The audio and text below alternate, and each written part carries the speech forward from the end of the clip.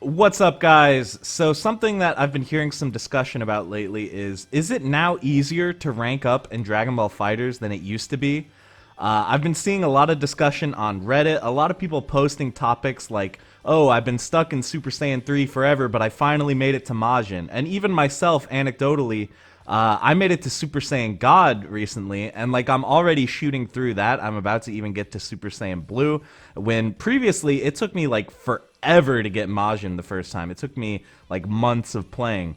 So they've made some changes to the ranked system recently, and I want to talk about those, and then I want to talk about some data and some math that I've done to try to put some hard numbers to this so that we're not just, going based on anecdotes. We're actually looking at some hard facts on what's changed and whether it's easier or not. So first of all, let's talk about the changes to the ranking system here. So you can see something they did in the patch that added Cooler in Android 17 is they added new rankings. It used to be, it went Super Saiyan God, then Super Saiyan Blue, and then when you got to 1,000,000 points, you became Living Legend, and that's as high as it was. But now they've added more ranks past that. You can see there's now Super Saiyan Rose, Pride Trooper, Ultra Instinct, so there's a bunch more, and there's even more ones that haven't been reached yet. So, along with this change, a lot of people theorize, well, they must have made it easier to rank up so that people can actually reach these ranks. So, I did some testing here. I just looked at a set of 40 matches, 20 of them before the patch and 20 of them after the patch. 20 matches each that I played. And so we're going to look at how much the winner won and how much the loser lost and compare those so we can get like an average idea of what win rate you need to rank up and how many matches, and then whether that's changed. So looking at the pre-patch matches, I was actually like, I really started to think that some stuff was going on here, because like it's a little bit wild. Before the patch, there were some crazy results. Like the loser tended to lose more points than the winner won. In fact, in 12 out of these 20 matches, the loser lost more points than the winner won. Meaning that, like, in general, the total number of points is going down, making it harder to rank up. And there were some really wild results if you get two people of different ranks fighting each other. So an example where a higher rank player lost to a player who was one rank below him. The guy who lost so many points, and the guy who won didn't win that many.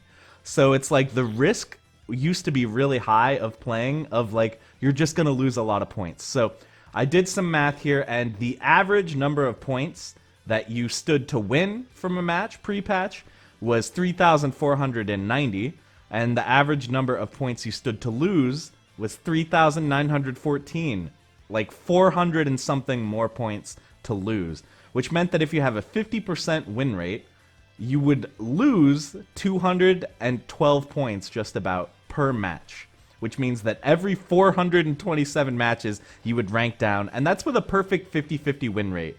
Every other match you win and every other match you lose. But what if you had a better win rate than that? So my win rate, just for comparison, is 57%. So with my average win rate of 57%, before the patch, it would take me every 326 matches to rank up. So that's 100,000 points. That's what it takes to rank up for most ranks. So I would get 100,000 points every 326 matches. And because I stream every day, I get about 30 matches in a day. It would take me about 11 days to rank up before the patch, which, like, that's not a crazy amount. That's a little over 2 weeks since I don't play on weekends, but still, like, that's a lot of matches. So let's look at how the patch changed things. So the first thing you'll notice here is that post-patch, the loser almost never loses more points than the winner wins. In fact, there were a couple matches here where the winner and the loser gained and lost the exact same amount of points, but there's actually 0 matches. None of these 20 matches did the loser lose more than the winner wins. So that means more points are being added into the quote-unquote economy of points, meaning that more people are going to be ranking up. So the average points that you stand to win, if you win the match, is 4,127, and the average points you stand to lose is 3,724. So that is so much more you stand to win. That's like 600 and something more points that you win on average now than before. And it's a little bit less that you lose. It's about 200 points less that you lose.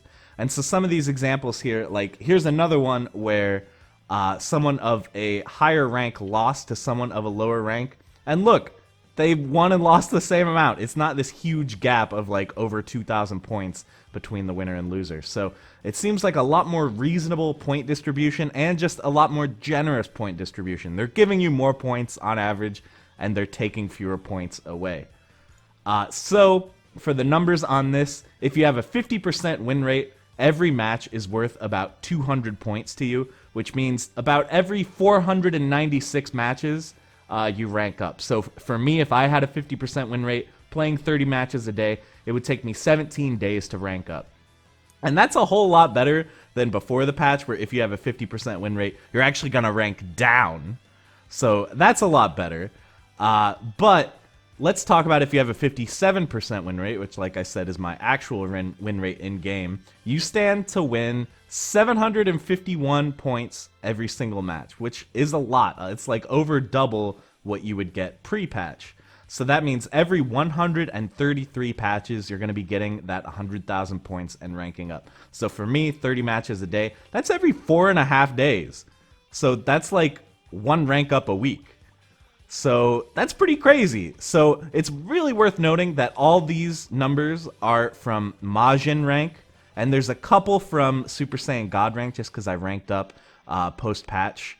But it's probable that this is going to vary based on rank. I have a feeling that at lower ranks it's more generous, and at higher ranks it's more strict.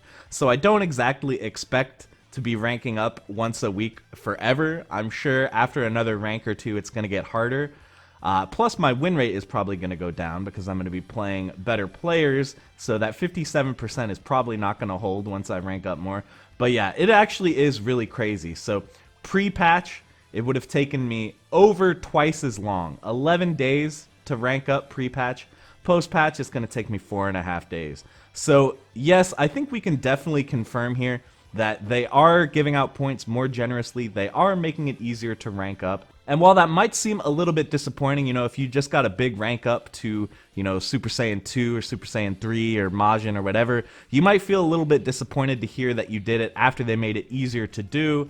But I do think that overall these are good changes. I think before there were definitely some problems with the way points were given. Like, it was just so brutal when you would play someone who's lower ranked than you, and you just stand to lose so much. You stand to lose like 4,000 points, but if you win, you got like nothing. So they fixed that, and they've just made it so that in general, you get more for winning than you lose for losing, which I think is nice. You know, you kind of want people who have positive win rates to be moving up in ranks. Doesn't that just make sense? So what do you guys think about the changes? How do you feel about them?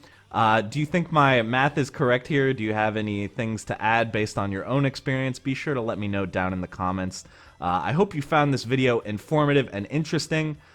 So be sure to click either of the links here on screen to see more videos from me. You can click the sub link so that you never miss an upload. I upload 5 days a week. Or you can click the link to my Patreon, patreon.com/jmcrofts, to help support the channel. It really makes a difference. So that's going to be it for the video, guys. Thank you so much for watching, and I'll see you in the next one.